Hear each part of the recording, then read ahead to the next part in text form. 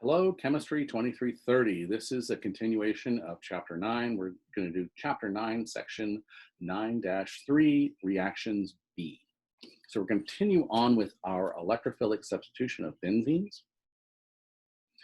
So let's go through step by step on how nitration works. Uh-oh, there it is.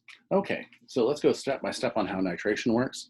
So again, the first step in all of these electrophilic electrophilic substitution reactions is the formation of a cation. So if we have nitric acid right here, we have to interact it with the sulfuric acid here. So this is going to be protonated by the electrons. The lone pair here is going to be protonated by this compound here, giving us this conjugate acid of nitric acid. And then what can happen is this water is now a good leaving group here, giving us a cation of our nitrogen with two oxygens on it. So this is what we call our nitronium ion. This actual positive charge on nitrogen is actually our electrophile here. So now that we have a positive charge on nitrogen here, that can interact with the double bond on the benzene ring, and therefore the nitrogen will become bonded to the benzene ring. Okay, so let's talk about the Friedel-Crafts reaction, or having a carbocation do the attack. So in the case of benzene, where we have a catalyst like a Lewis acid catalyst like aluminum chloride here, we can start with a secondary or tertiary alkyl halide, and in the presence of this Lewis acid, it will generate a carbocation here. That carbocation will then do the attack on the benzene ring and giving us a substitution such that we can get this alkyl group directly bonded to the benzene ring. Okay, so the first step in that reaction is to form the electrophile. And so we have the interaction with the chlorine with the aluminum here. So our aluminum is acting as the Lewis acid and generating this intermediate complex. Then the electrons come out and balance that positive charge on chlorine to give us our carbocation plus our counterbalancing ion, which is this tetrachloroaluminum anion species. Okay. The next thing we'll have happen is that cation is going to react with the electrons of the benzene ring, generating a new sigma bond, plus the cation, which is then, of course, resonance stabilized back and forth until we have our aluminum tetrachloride anion come in and act as a base to remove the hydrogen and leave the electrons behind, giving us re-aromatizing our ring here, plus giving us our catalyst back, plus liberating HCl. Okay, so notice these are following the same steps. Generation of a cation, the attack of the cation on a double bond in the benzene ring, formation of that gives you that delocalized cation on the ring, and then the removal of a proton by some base to regenerate the aromaticity on the ring and liberate some kind of hydrogen and acid species. Okay, so when we're talking about Friedel-Crafts alkylations right here, we have to talk about some of the problems associated with it. First and foremost, it typically only happens when we can form a secondary or a tertiary carbocation. Remember, primary and methyl carbocations are not very stable, and therefore they do not happen. So even if you have a compound that can generate a carbocation, it'll rearrange to form that secondary or tertiary carbocation.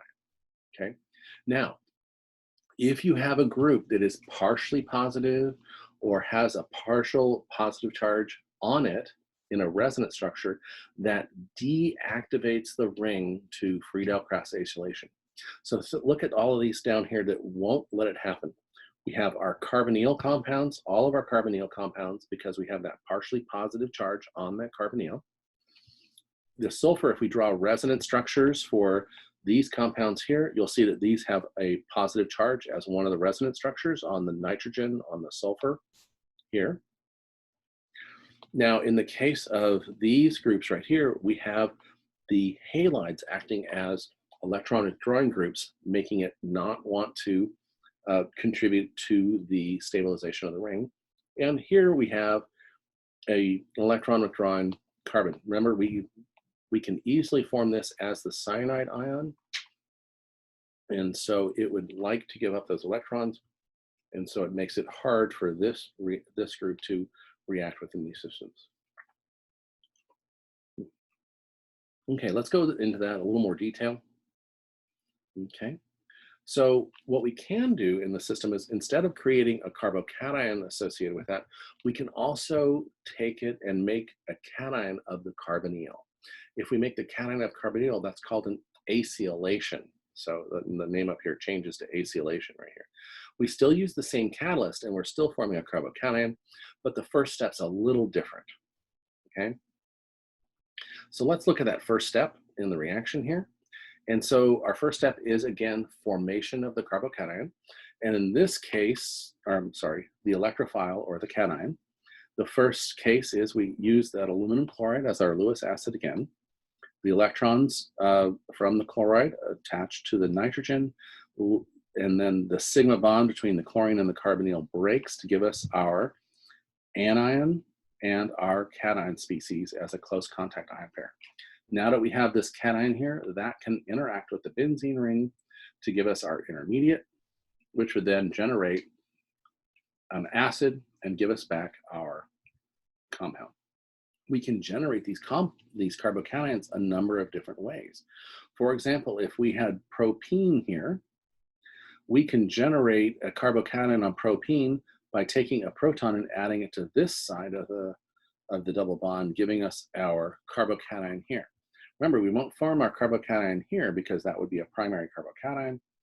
And just like we have Markovnikov's rule, the hydrogen's going to go to this side here, giving us our carbocation here, which means that, notice we have this is joining right here in this middle group where our carbocation is.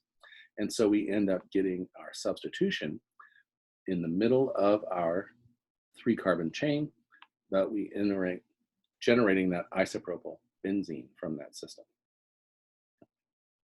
Okay. We can also do that with tertiary compounds. For example, if we were to take an acid, we could protonate this alcohol here, giving us our good leaving group. The electrons would leave here, giving us our tertiary carbocation. And once we got our tertiary carbocation, we'd actually get our substitution on here, and we'd end up with forming our new sigma bond right here with our tertiary carbocation and our benzene ring.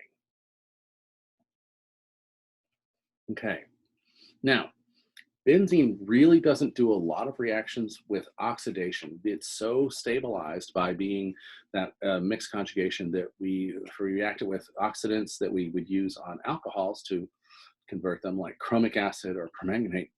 These really don't work very well. But the fact, if you have hydrogens, one carbon off of the benzene ring, we call these benzylic hydrogens. And these benzylic hydrogens are very active to oxidation. So they can be easily removed either with acids or bases to make them oxidize down to the carboxyl group. And so all the other groups are not affected by this, but these benzylic hydrogens. So if you had the compound like we had on the previous slide, which was the T-butyl group here, that would be not reactive to these oxidation products because the hydrogens aren't there. Because the hydrogens are here, we can oxidize them down to that carboxylic acid. Okay, so it can happen with one or more. As long as you have a hydrogen on these benzylic positions here, they will oxidize down to the carboxylic acid. Now this right here is a very relevant carboxylic acid because it's used extensively in polymer chemistry. So if you've ever heard of PET, which is polyethylene terephthalate, or when it's used occasionally in engineering, we call it PETE, which is polyethylene terephthalate ester. And so those are used extensively in fibers and or in packaging materials like plastic bottles.